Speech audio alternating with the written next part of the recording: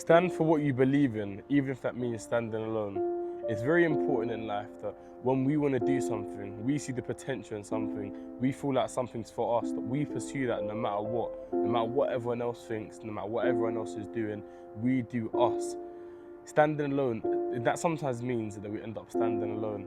And you know what, believe it or not, it's a very controversial subject, but in my opinion, I'm very strong on it's perfectly fine to stand alone, because I know that I won't have to stand alone forever. But sometimes we get into times of our life where standing alone is the right option. Sometimes you need a bit of isolation, even if you don't like it.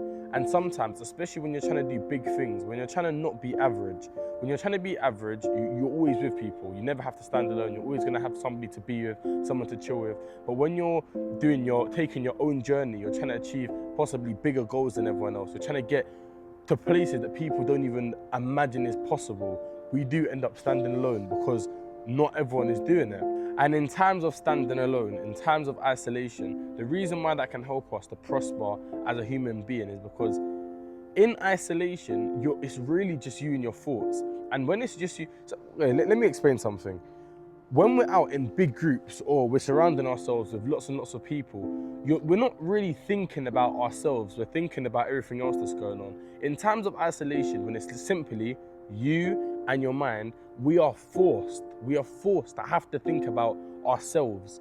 Our mind has to be working because there's nothing else going on around us. There's no social life, there's no friends, no girlfriend, nothing like that. No sort of friendship problems, nothing like that. No drama. It's literally just ourselves and our mind. And it's very important that in everyone's life, especially when you're transforming from a child into being an adult, that we do get that isolation, because we do need to really sit there and think about what we want to do with our lives. I hear it all the time, people my age saying, when I ask them, well, what do you want to do when you're older?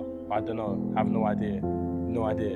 But the thing is, it's not that you need to know what you're going to do when you're older, but really, if you put yourself through that isolation and you really focus on self-development, you will progress a rough picture. Whether that means it's the tiniest idea, but you will think of something because you have to. It's just you and your mind. There's nothing else going on besides you and your mind. And that will link back to what you'll hear me say a lot in a lot of my videos here about living for ourselves, not other people. The most important thing in life is what we're doing with our life. It's not what our friends are doing, not what our family's doing, not what our mums or dads or brothers and sisters are doing. It's what we're doing. And the only way to fully know what we're doing in life is going to be through isolation, through sitting with our own thoughts, possibly being sad sometimes, being mad, thinking, oh, I'm going to be a bus driver one day. On a Friday, you think you want to be a bus driver, you're alone in your thoughts, then Saturday you think of something else. But imagine this now. Imagine you have Friday, Saturday and Sunday, yeah? If you're by yourself in isolation, you'll probably think of 25 different things you want to be when you're older.